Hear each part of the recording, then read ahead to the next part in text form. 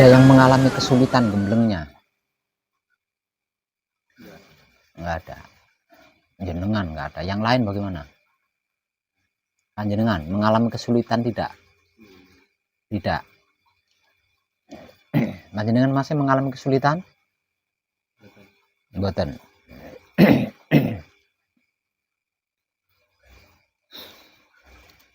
Artinya gampang kan? Ya, gampang kan? Nyatanya panjenengan tidak mengalami kesulitan loh. Berarti kan gampang. Berarti kan gampang. Nyatanya panjenengan bisa tidak mengalami kesulitan-kesulitan ketika melakukan patrap samadhi ataupun di luar patrap samadhi.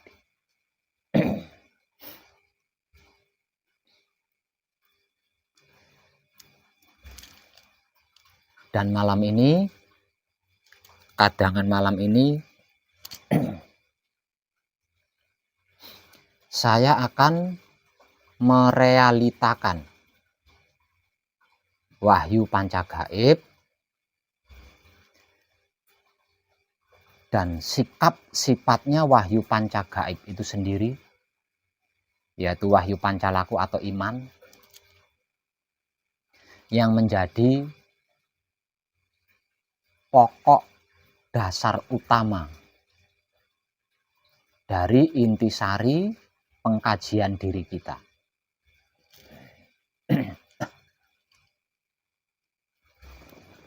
Bahwasanya wahyu pancagaib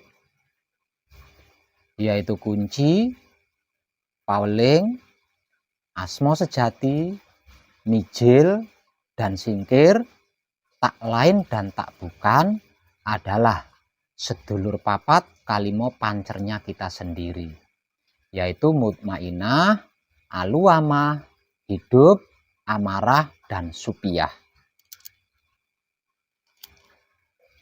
Sedangkan wahyu pancalaku atau iman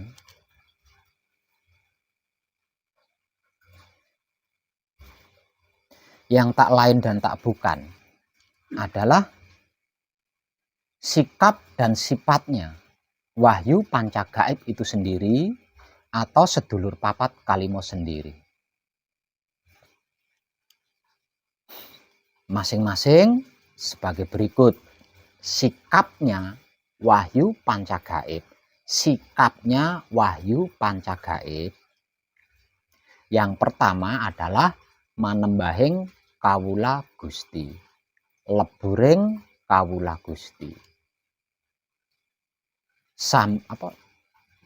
Manembahing kawula Gusti, manunggaling kawula Gusti, leburing kawula Gusti, sampurnaning kawula Gusti, dan sampurnaning patilan urip. Di sini kita bisa mengambil kesimpulan bahwasannya kunci, pauling, asmo sejati, mijil, dan singkir itu adalah sikap. Ya. Sikapnya sedulur papat kalimo pancer. Kunci, pauling, asmo sejati, mijil, dan singkir itu bisa disimpulkan sebagai sikap. Sikapnya sedulur papat kalimo pancer, yaitu mutmainah, aluamah, hidup, amarah, dan supiyah. Sikap ketika apa? Sikap ketika manembah kepada Gusti, atau ketika kawula Gustinya, yaitu sedulur papat kalimo pancer, manembah. Ketika manunggal, ketika lebur, ketika sampurno, dan ketika sampurno. Jadi wahyu pancagaib itu adalah sikapnya sedulur papat kalimo pancer ketika manembah kepada Gusti, manunggal dengan Gusti, meleburnya Gusti, dan sampurnanya Gusti, serta sampurnaning patilan urip. Paham boten jenengan?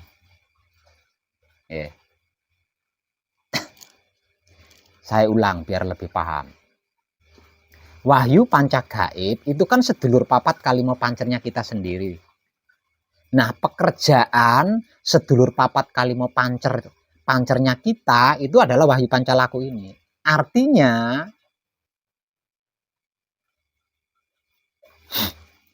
ketika mutmaini manembah, ketika mutmainah ini manembah bersama kawula gustinya, itu disebut kunci. Ketika aluamah manunggal dengan kawula gustinya, itu disebut paweling. Dan ketika hidup ini melebur bersama kawula gustinya, disebut sebagai asma sejati. Ketika amarah ini tadi sampurno bersama kawula gustinya, disebut mijil. Dan ketika supiyah ini tadi sampurno pati lan uripe, hidup dan matinya, itu disebut singkir. Paham boten jenengan? Perlu saya ulang. Jadi kesimpulannya, wahyu panca gaib adalah sikapnya sedulur papat kalimo pancer. Ketika apa? Ketika manembah kawula gustinya, ketika manunggal kawula gustinya, ketika lebur kawula gustinya, ketika sampurno kawula gustinya, dan ketika sampurno pati lan uripe atau hidup dan matinya. Itu.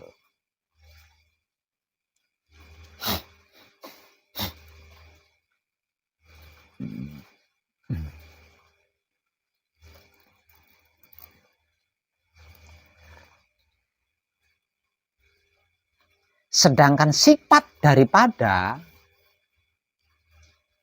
wahyu panca gaib atau sedulur papat kalimo pancer, lah ini yang menjadi puncaknya. Nah, sifatnya wahyu panca gaib atau sedulur papat kalimo pancer, lah ini yang menjadi puncaknya. Apa saja sifatnya wahyu panca gaib atau sedulur papat kalimo pancer? Pertama, pasrah kepada Gusti. Kedua, menerima keputusan Gusti. Ketiga, mempersilahkan kuasa Gusti. Keempat, merasakan kenyataan Gusti. Dan yang kelima atau yang terakhir adalah menebar cinta kasih sayang Gusti. Lah ini puncaknya. Nah, ini puncaknya.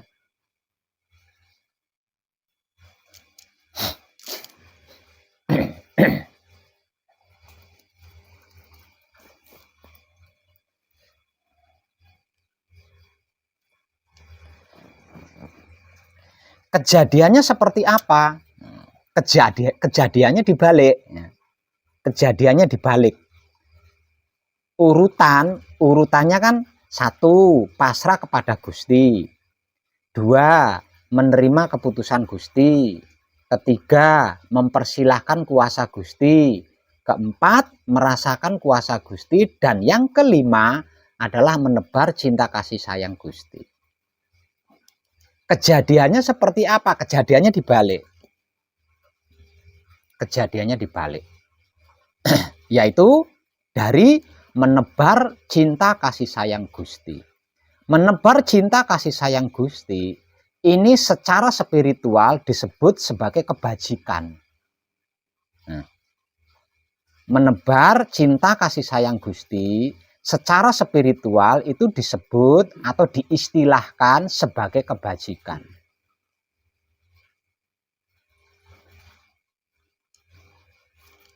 Lah, kebajikan ini di luar konteks wahyu pancalaku juga sering saya bahasakan sebagai kesadaran cinta kasih sayang Gusti. Itu di luar konteks wahyu pancalaku.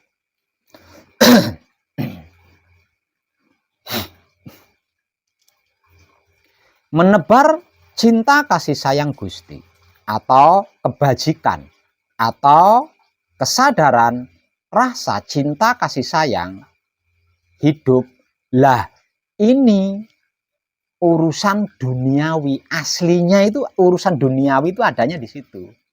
Ya. Semua urusan duniawi itu adanya di Wahyu Pancalaku sebagai sifat di puncak kelima atau di urutan kelima. Jadi apapun urusan dunia itu adanya di Wahyu Pancalaku kelima. Kenapa bisa seperti itu? Manusia hidup diturunkan ke bumi sebagai khalifah. Pemimpin maksudnya. Pemimpin yang memimpin pasukan menjaga alam semesta seisinya. Merawat dan mengelola alam semesta seisinya dan menyempurnakan alam semesta seisinya. Lah itu yang memimpin itu manusia hidup. Jadi sesungguhnya seluruh makhluk itu bareng-bareng bersama-sama menjaga, mengelola, merawat dan menyempurnakan alam semesta seisinya. Yang memimpin itu manusia hidup. Nah itu tujuannya manusia hidup diturunkan ke bumi. Dikarenakan turunnya manusia hidup ke bumi sebagai seorang pemimpin yang memimpin seluruh makhluk dalam menjaga, mengelola, merawat, dan menyempurnakan alam semesta seisinya, berarti yang namanya manusia hidup itu dibekali lebih dari cukup. Diberi bekal lebih dari cukup. Itulah. Tentang apapun di dalam semesta alam ini sudah dibekali lebih dari cukup. Nggak ada sesuatu yang kurang, itu nggak ada. Dan ketika manusia hidup itu melakukan kebajikan atau menebar cinta kasih sayang Gusti atau menebar kesadaran rasa cinta kasih sayang Gusti, berarti dia menggunakan seluruh bekal satu persatu. Seluruh bekalnya itu tadi digunakan satu persatu.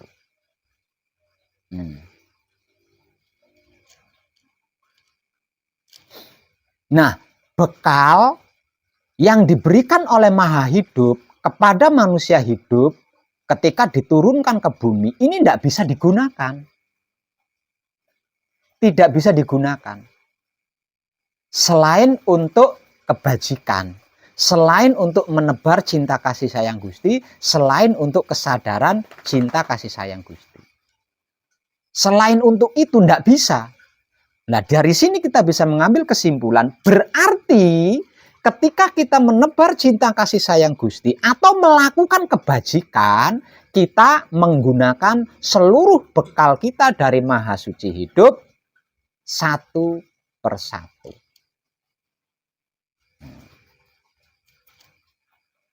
Dan ketika digunakan itu sudah melebihi dari cukup.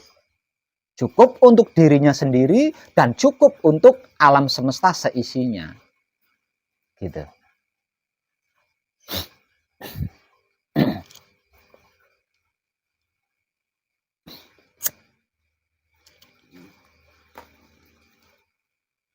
Jadi sesungguhnya kalau harus dibahas lebih dalam lagi, untuk bisa makan kita itu tidak perlu kerja aslinya gitu loh. Kita tidak perlu kerja. Kita tidak perlu menguras keringat, menguras tenaga, kepala jadi kaki, kaki jadi kepala, itu nggak perlu aslinya. Asalkan mau melakukan kebajikan, mau menyebar cinta kasih sayang Gusti, bisa makan. Dirinya sendiri bisa makan, seluruh makhluk yang ada di sekitarnya juga bisa makan. Hanya melakukan kebajikan tok. Hanya menebar cinta kasih sayang tok. Tanpa harus merubah kepala jadi kaki, kaki jadi kepala. Kesimpulannya seperti itu loh. Aslinya itu. Namun, dikarenakan Manusia hidup ini belum mengerti sendiri, belum memahami sendiri, belum mengetahui sendiri tentang ini sehingga tidak percaya diri.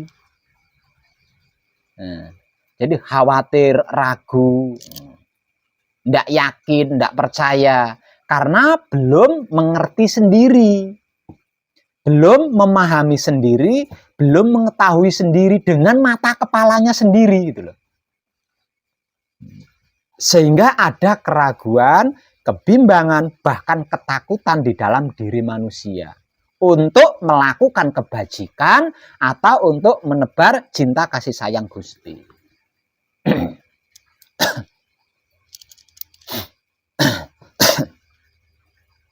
Jadi kalau harus dipermudah bahasanya, saya ngambil contoh sampel satu saja.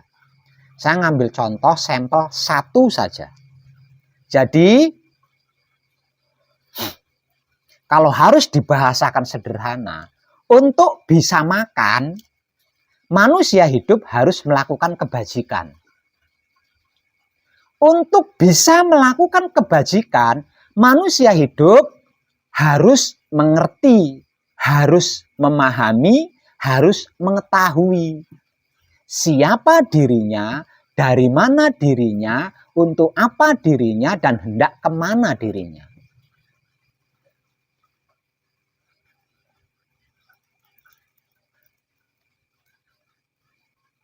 Yang disebutkan di dalam Wahyu Pancalaku sebagai merasakan kenyataan Gusti. Jadi secara simpel, untuk bisa menebar cinta kasih sayang Gusti harus bisa merasakan kenyataan Gusti. Kalau belum bisa merasakan kenyataan Gusti, sulit menebar cinta kasih sayang Gusti, itu sulit. Karena ada keraguan, ada kebimbangan, bahkan ada ketakutan di dalam diri. Bagaimana mungkin? Lawang saya nganggur total, bisa makan itu bagaimana mungkin? Tuh, salah satu contohnya seperti itu.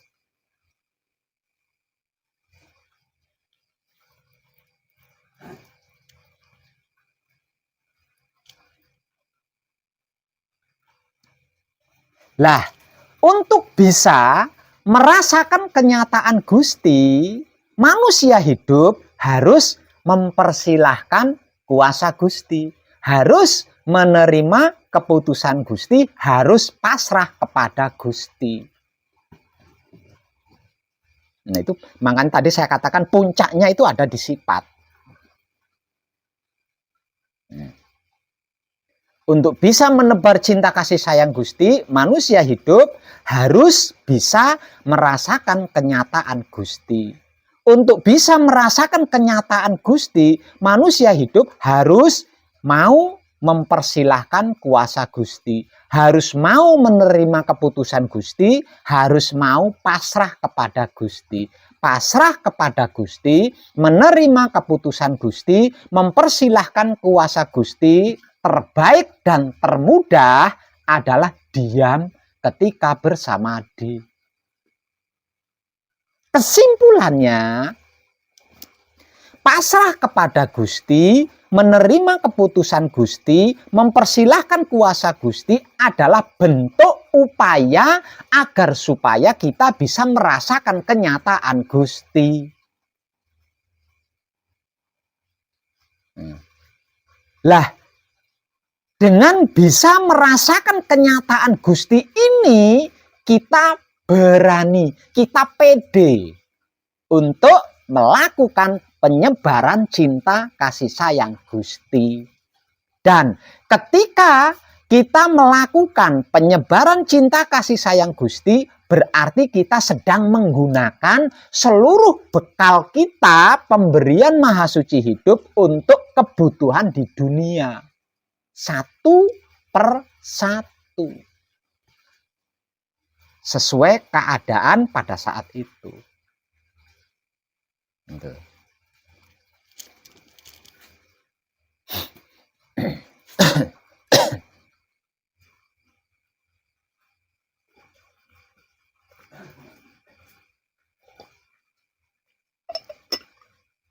Kesimpulan terakhir, berarti 1. Pasrah kepada Gusti, 2. Menerima keputusan Gusti, dan yang ketiga, mempersilahkan kuasa Gusti. Itulah arti maksud diam yang saya motivasikan.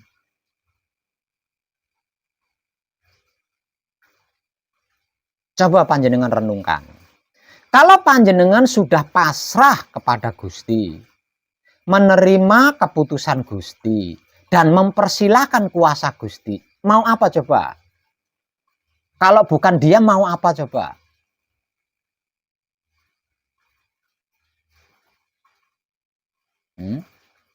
Lawang sudah pasrah, sudah menerima, sudah mempersilahkan, jiwa raganya sepenuhnya sudah dipasrahkan, sudah diserahkan.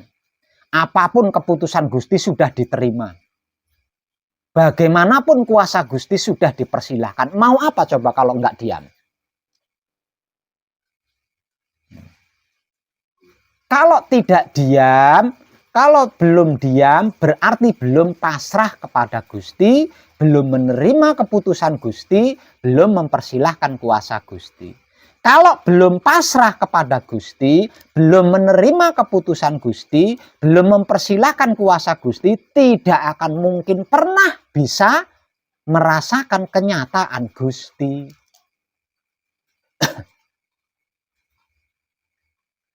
Nah, kalau belum pernah merasakan kenyataan Gusti, dari mana keyakinan panjenengan? Dari apa percayanya panjenengan? Lawang Gustinya masih fikti-fikti, masih bayangan, masih berupa semu, masih hayalan. Panjenengan belum bisa menyatakan, walaupun itu hanya rasanya. Panjenengan tidak punya kekuatan apa-apa. Panjenengan tidak punya keberanian apa-apa untuk melakukan. Yang ada hanya ragu, bimbang, bahkan takut. Nah, kalau di setiap sikonnya selalu bimbang, selalu ragu, selalu takut, bagaimana mungkin panjenengan bisa melakukan sesuatu? Apalagi sampai menebar cinta kasih sayang Gusti.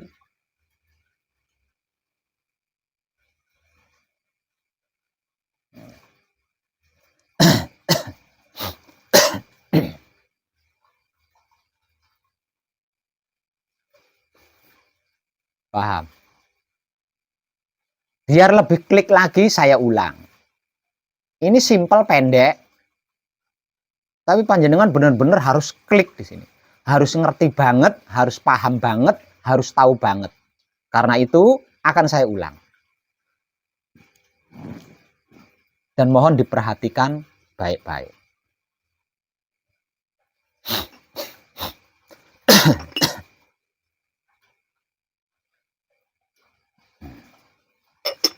Wahyu Pancagaib adalah kunci paweling asma sejati mijil dan singkir. Hakikat wahyu Pancagaib tak lain dan tak bukan adalah sedulur papat kalimo pancernya kita sendiri, yaitu mutmainah, aluamah, hidup, amarah, dan supiyah. Sedulur papat kalimo pancernya kita sendiri ini tersebut sebagai mutmainah, aluamah, hidup, amarah, dan supiyah, yang tak lain dan tak bukan adalah wahyu Pancagaib atau 5 ruh pemberian maha suci hidup. Ini memiliki sikap dan sifat asli bawaan dari maha suci hidup tersebut sebagai wahyu Pancalaku yang viral secara umum sebagai iman. Jadi wahyu Pancalaku atau iman tak lain dan tak bukan adalah sikap dan sifatnya wahyu Pancagaib atau sedulur papat kalimo pancer. Nah, sekarang kita balik. Urutannya kita balik. Urutannya.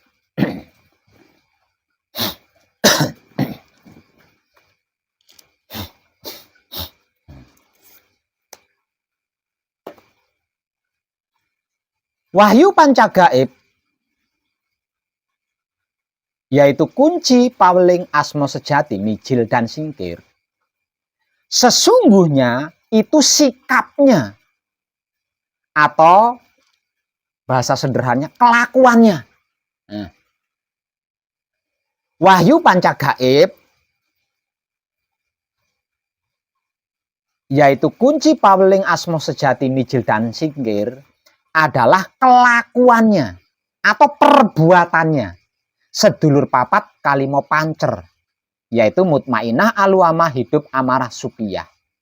Kelakuan atau perbuatan ketika apa Pak Web? Kelakuan atau perbuatan ketika Wahyu Pancagaib atau sedulur papat kalimo pancer itu manembah bersama kawula Gustinya. Manunggal bersama kawula Gustinya. Lebur bersama kawula Gustinya.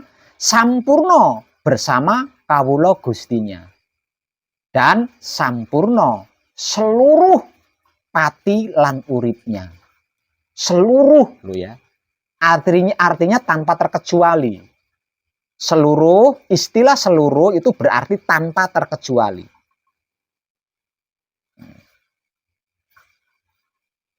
Jadi ketika mutmainah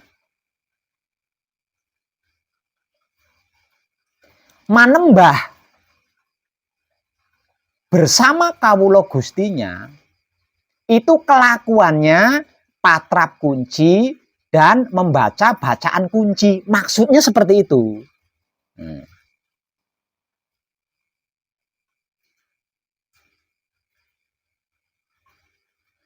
Ketika aluama manunggal bersama kawula Gustinya, kelakuannya, perbuatannya adalah patrap paweling dan membaca bacaan paweling.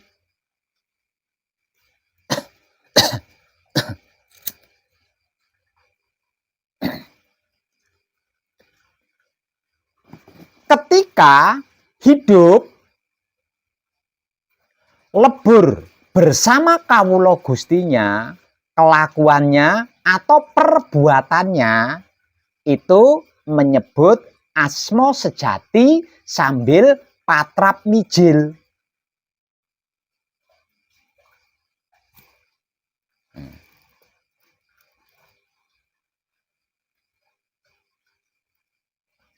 Ketika amarah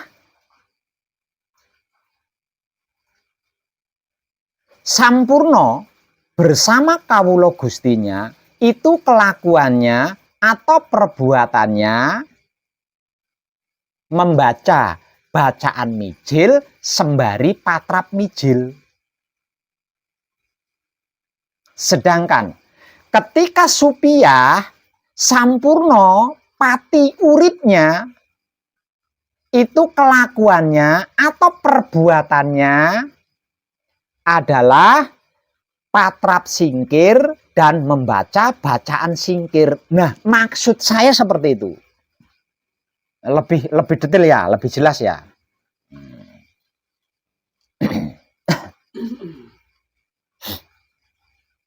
Lah terus Wahyu Pancalaku sebagai sifat. Lah di sini puncak intinya. Gitu loh. Puncak intinya itu ada di Wahyu Pancalaku atau iman sebagai sifat.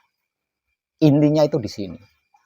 Makanya Wahyu Pancalaku sebagai sifat ini lebih sering saya bahas.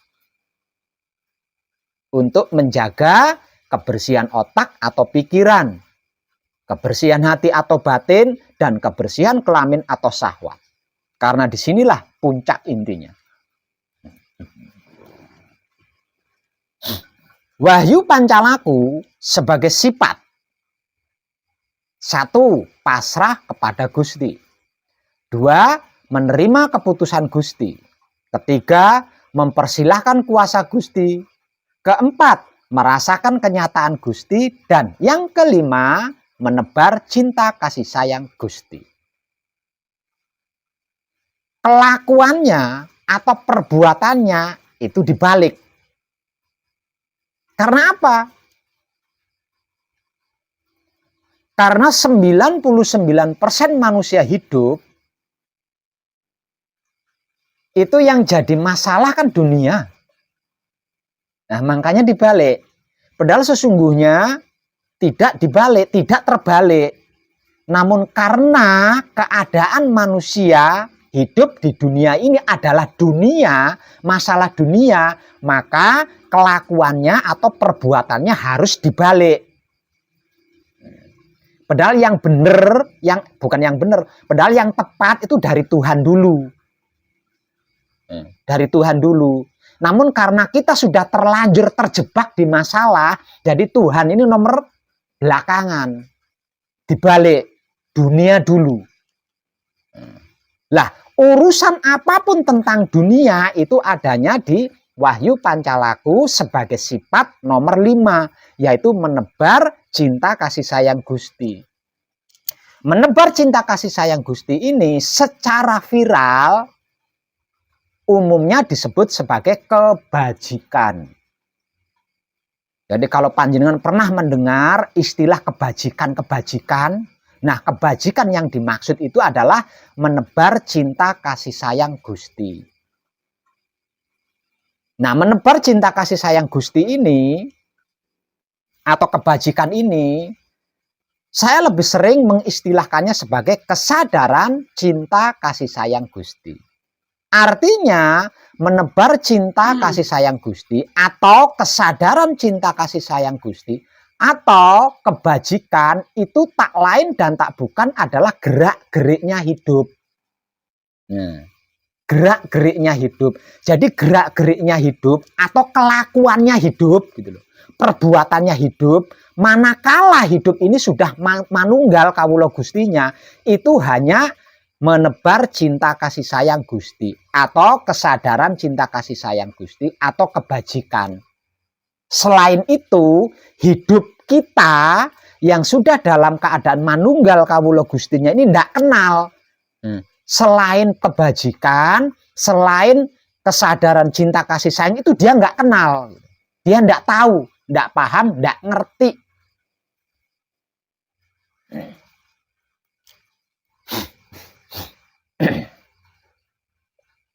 Jadi kesimpulannya ketika kita melakukan kebajikan, berarti hidup sedang berkehendak. Ketika kita menebar cinta kasih sayang Gusti, berarti hidup sedang berkehendak. Hidup sedang obah polah, sedang berkelakuan, sedang berbuat maksudnya. Dan ketika hidup ini berbuat, maka hidup ini menggunakan seluruh bekal yang diberikan oleh Maha Hidup kepada hidup. Jadi seluruh bekal yang diberikan oleh Maha Hidup kepada hidup, ini digunakan oleh hidup ketika dia berkehendak, ketika dia berbuat gitu. Ketika dia melakukan sesuatu. Nah, kesimpulannya berarti ketika manusia hidup melakukan kebajikan atau menebar cinta kasih sayang Gusti, dia sedang menggunakan seluruh bekalnya dari Maha Hidup untuk duniawi, untuk urusan dunia.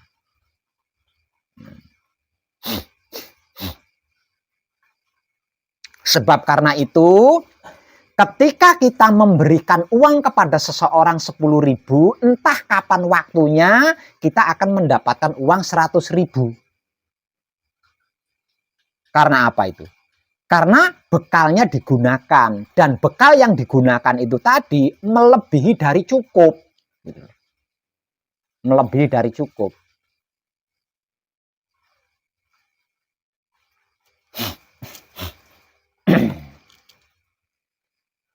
Namun siapapun dia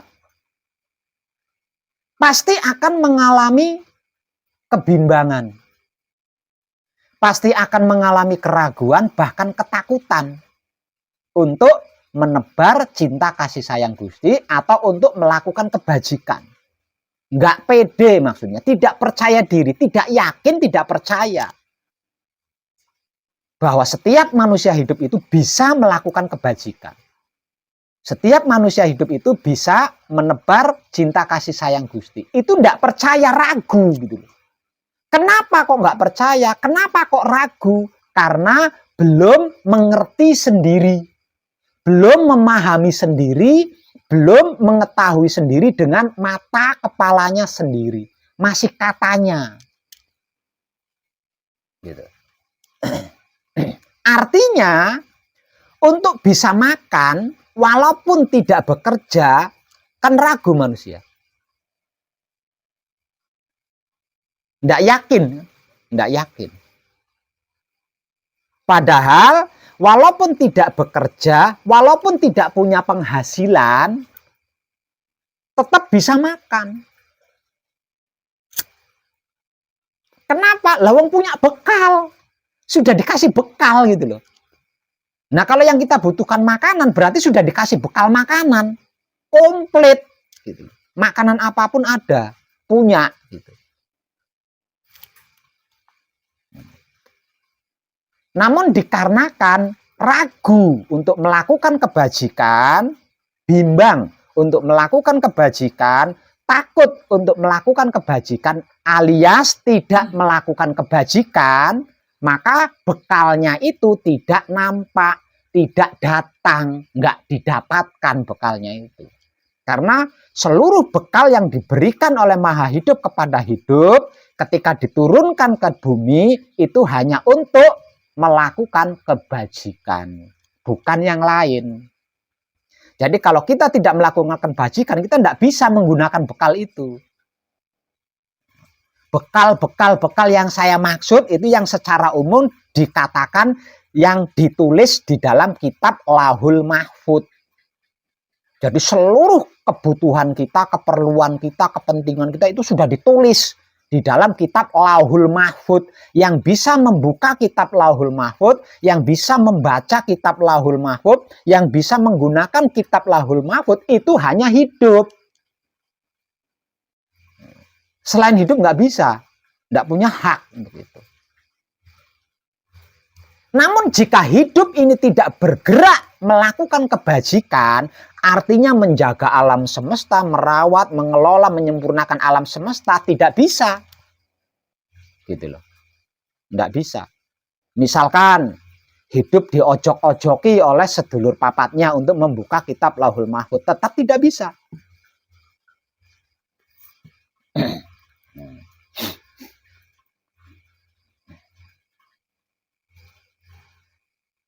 Berarti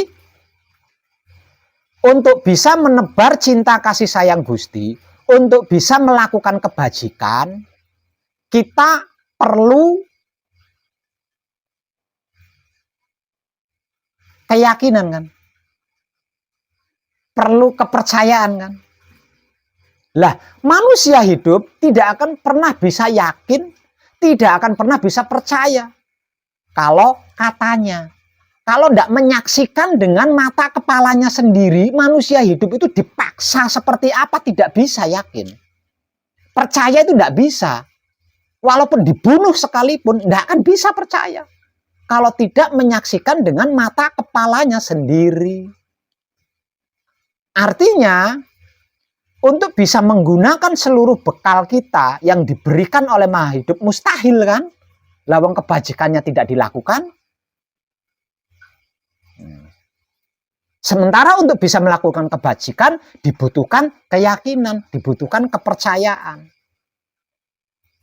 Untuk bisa yakin, untuk bisa percaya, manusia hidup harus menyaksikan dengan mata kepalanya sendiri, enggak katanya.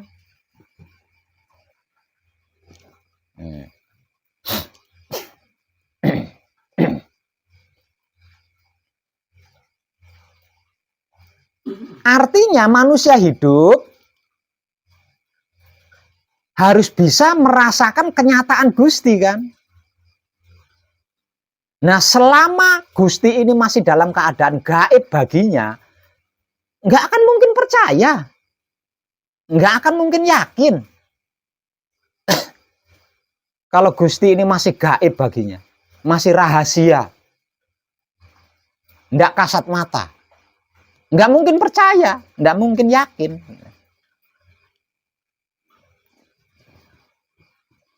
Artinya, untuk bisa merasakan kenyataan Gusti yang selama ini kita anggap gaib, agar supaya bisa melakukan kebajikan, kita harus mempersilahkan kuasa Gusti, menerima keputusan Gusti dan pasrah kepada Gusti, alias diam ketika menghadap Gusti, ketika bersamadi maksudnya.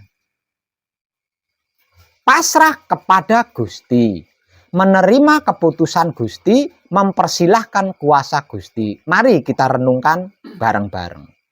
Kalau kita sudah pasrah, sudah menyerahkan seluruh jiwa raga kita kepada Gusti, apapun keputusan Gusti sudah kita terima, bagaimanapun kuasa Gusti sudah kita persilahkan. Kalau nggak diem mau ngapain?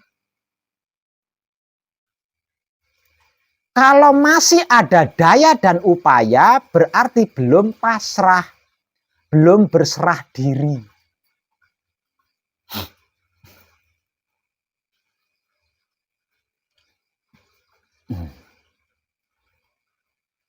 Kalau belum diam, berarti belum menerima keputusan Gusti, belum mempersilahkan kuasa Gusti.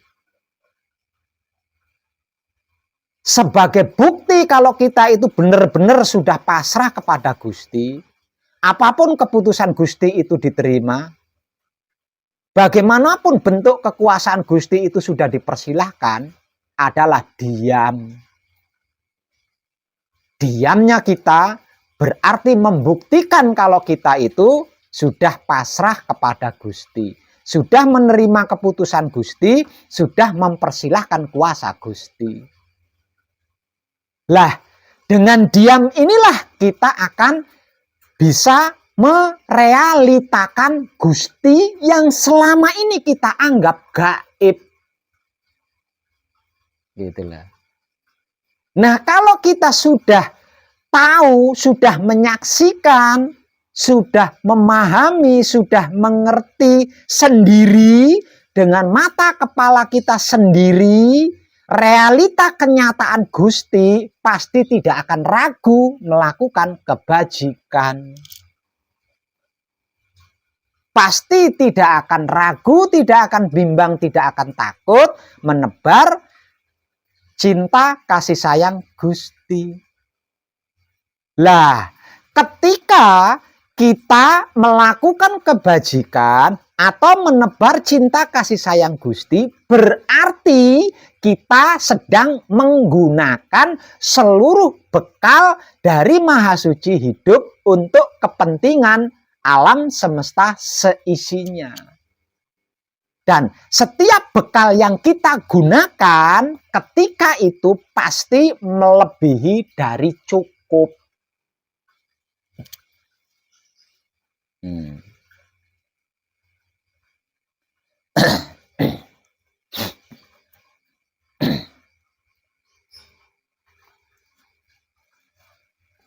Paham?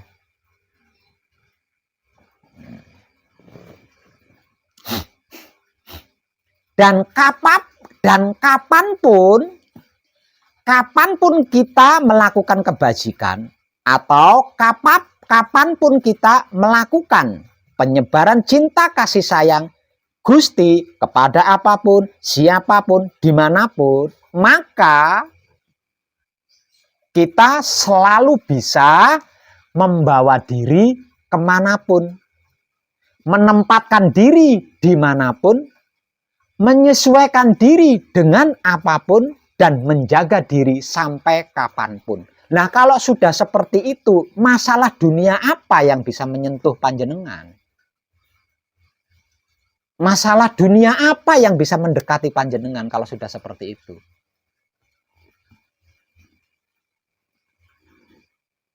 Jadi,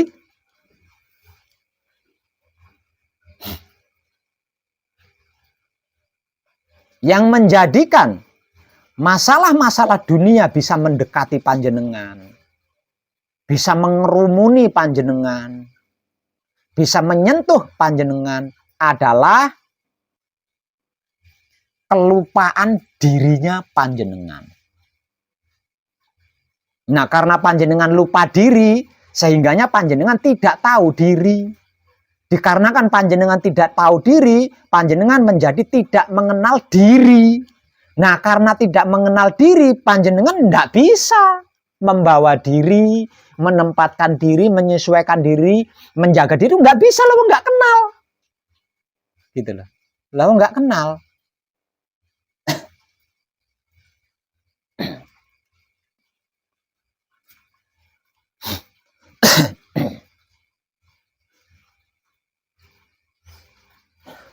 Semakin panjenengan menebar cinta kasih sayang Gusti, semakin panjenengan melakukan kebajikan, semakin panjenengan tercerahkan tentang siapa diri panjenengan, dari mana diri panjenengan, untuk apa diri panjenengan, dan hendak kemana diri panjenengan.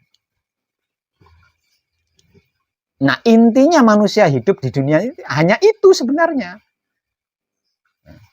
Hanya itu.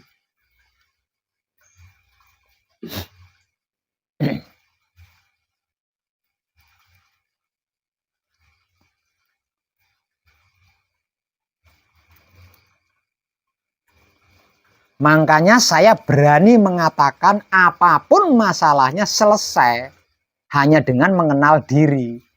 Apapun masalahnya. Nah, tinggal panjenengannya bisa klik tidak dengan apa yang saya sampaikan ini. Klik enggak dengan apa yang saya sampaikan ini. Kalau tidak klik,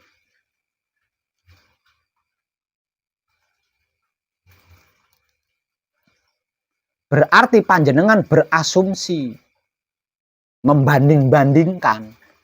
Jati diri panjenengan sejatinya itu dibanding-bandingkan. Gitu. Jati diri panjenengan sendiri yang saya perkenalkan ini panjenengan banding-bandingkan sendiri. Sehingga panjenengan kesulitan untuk klik. Kesulitan untuk bisa klik itu kesulitan. Nah, karena panjenengan berasumsi, panjenengan tidak akan mungkin bisa diam. Artinya tidak akan bisa pasrah kepada Gusti, menerima keputusan Gusti, mempersilahkan kuasa Gusti, alias diam itu panjenengan akan kesulitan. Nah, kalau panjenengan kesulitan diam, panjenengan tidak akan mungkin bisa menyerasakan kenyataan Tuhan atau kenyataan Gusti. Tidak akan mungkin.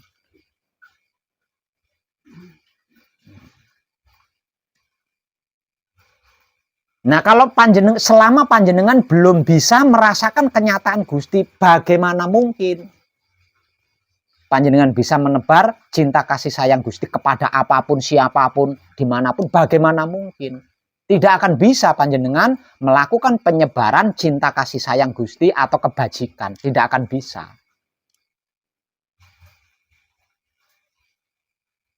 Atau menikmati rasanya kelakuannya sendiri, menggunakan kesadaran cinta kasih sayang Gusti, itu tidak akan mungkin.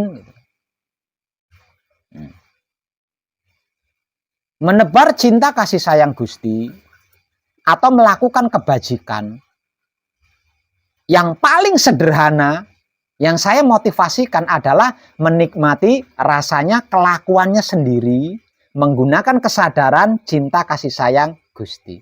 Itu paling sederhana dan gratis. Semua orang bisa melakukan karena tidak perlu modal. Kalau ngasih beras, ngasih uang itu pakai modal kan. Tapi kalau menikmati rasanya kelakuannya sendiri dengan kesadaran cinta kasih sayang Gusti kan gratis, nggak butuh modal. Artinya siapapun bisa melakukan.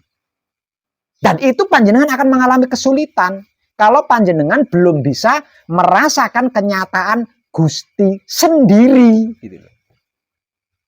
Masih katanya itu nggak akan bisa.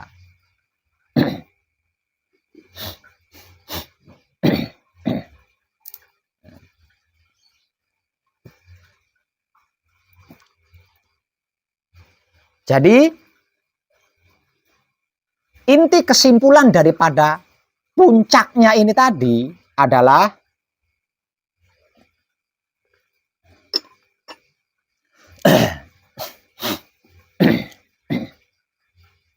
untuk bisa menebar cinta kasih sayang Gusti, atau untuk bisa melakukan kebajikan, atau untuk bisa menikmati rasanya kelakuannya sendiri dengan kesadaran cinta kasih sayang Gusti, kita harus bisa merasakan kenyataan Gusti sendiri, bukan katanya. Bukan katanya. Dan untuk bisa merasakan kenyataan Gusti sendiri, bukan katanya, melainkan dengan mata kepalanya sendiri secara sadar, kita harus diam. Alias mempersilahkan kuasa Gusti, menerima keputusan Gusti, dan pasrah atau berserah kepada Gusti. Nah, puncaknya itu di situ. Intinya itu di situ. Panjenengan hafal. Kunci itu mutmainah, bahan dan asal usulnya dari sari-sarinya air. Tempatnya di mata, tugasnya menyaksikan.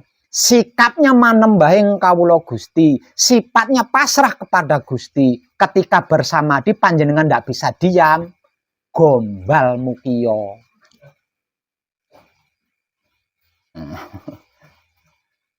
Gombal mukiyo. Panjenengan ngerti banget, paham banget, tahu banget.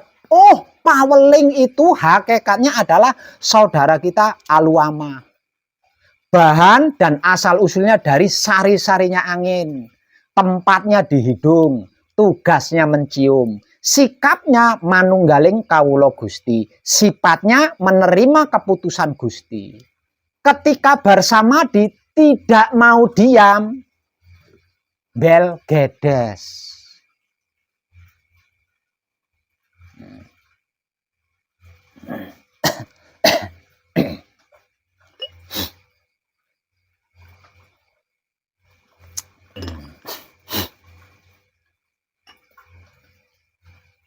Panjenengan apal di luar kepala, klik banget bahwa asmo sejati hakikatnya adalah hidup kita sendiri.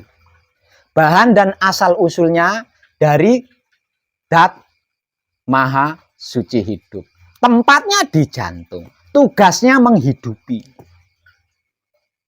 Sikapnya leburing kawula Gusti.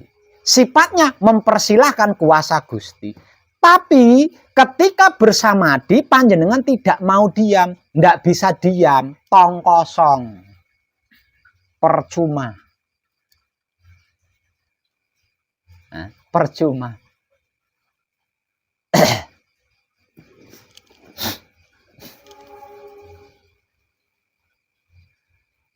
Begitu juga betapapun panjenengan tentang mijil itu sudah klik, sudah tercerahkan katakanlah. Oh, mijil itu hakikatnya saudara kita amarah. Bahan dan asal usulnya dari sari-sarinya api. Tempatnya di telinga. Tugasnya mendengar. Sikapnya sampurnaning kawula Gusti. Sifatnya merasakan kenyataan Tuhan. Karena ketika bersamadi tidak bisa diam, tidak mau diam, kan tidak bisa merasakan kenyataan Gusti itu.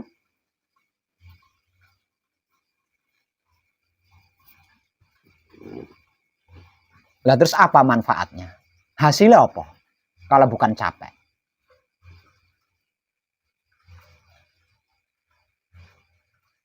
Begitu juga dengan singkir. Oh, singkir itu hakikatnya adalah saudara kita supia. Bahan dan asal usulnya dari sari-sarinya bumi. Tempatnya di lidah mulut kita. Tugasnya merasakan atau menikmati. Sikapnya sampurnaning patilan urip. Sifatnya menebar cinta kasih sayang Gusti. Di luar patrap, panjenengan tidak bisa menikmati rasanya kelakuan panjenengan sendiri dengan kesadaran cinta kasih sayang Gusti, atau tidak bisa menebar cinta kasih sayang Gusti, atau tidak bisa melakukan kebajikan. Goro. Itu namanya pengingkaran, pengkhianatan. Selain capek, tidak akan ada yang panjenengan peroleh.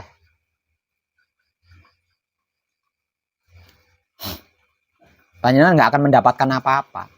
Nah, kalau sudah seperti itu, setiap detiknya otak atau pikiran panjenengan yang tak lain dan tak bukan adalah Baitul Makmur,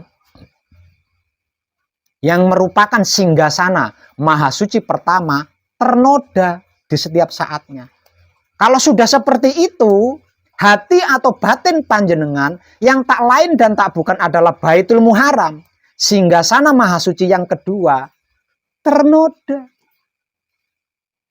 Kalau sudah seperti itu, di setiap saatnya kelamin atau syahwat panjenengan yang tak lain dan tak bukan adalah Baitul Muqaddas atau Baitul Maqdis, yang merupakan singgasana Maha Suci ketiga, ternoda. Nah, kalau tiga hal itu sudah ternoda, arep apa? Yang ada hanya masalah, yang ada hanya penderitaan, kesedihan, kesengsaraan, bahkan celaka hingga sampai hancur pada akhirnya. Kalau sudah seperti itu. Dan itulah yang disebut sebagai mayat hidup.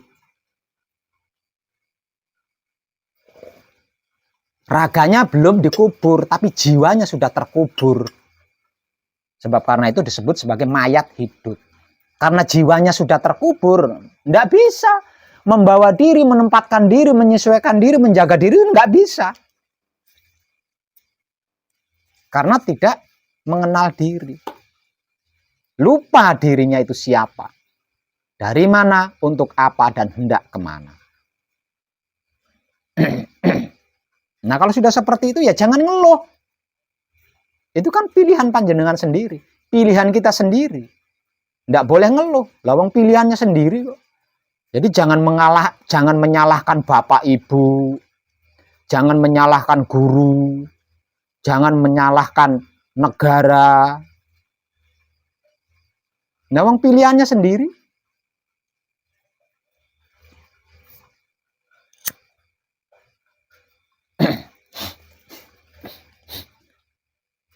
Paham? Kalau kita tidak menggunakan jati diri aslinya kita, tidak akan pernah bisa. Siapapun dia, kalau tidak menggunakan jati dirinya sendiri, tidak akan bisa mengenal yang disebut Tuhan atau menjangkau yang disebut Tuhan. Karena apa? Karena di dalam setiap diri manusia itu ada ego, pamrih, arogan yang selalu berasumsi tentang apapun. Bergerak sedikit, bergerak pula egonya, pamrihnya, arogannya. Dan ketika ego, pamrih, arogan ini bergerak, pasti berasumsi.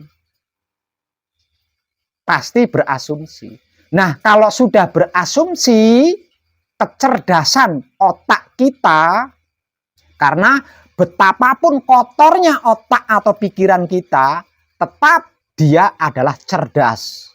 Bahkan kecerdasannya melebihi komputer. Itu otak kita loh ya. Betapapun kotornya, dia tetap cerdas. Karena otak kita itu dirancang untuk cerdas. Walaupun kotor, walaupun ternoda. Karena otak kita itu dirancang cerdas, apapun yang kita asumsi akan dimanipulasi oleh otak kita. Nah, manipulasi dari apa yang kita asumsi ini akan digunakan oleh hati kita untuk mempolitiki apapun. Nah, kalau sudah seperti itu kacau. Tinggal nunggu waktu aja hancurnya kalau sudah seperti itu.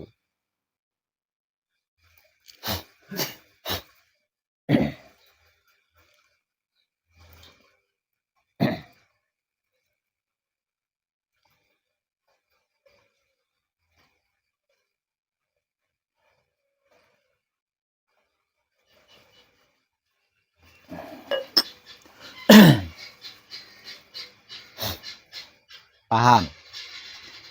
Ada yang mau bertanya tentang ini? Ada nggak yang mau bertanya?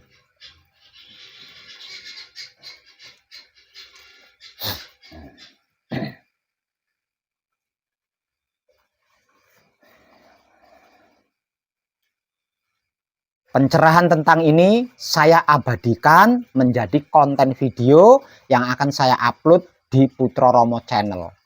Suatu ketika kalau panjenengan butuh penggugah, ketika lupa bisa nyimak lagi videonya. Ya. Kadangan kita malam ini cukup. Terima kasih dan tercerahkan kita semua.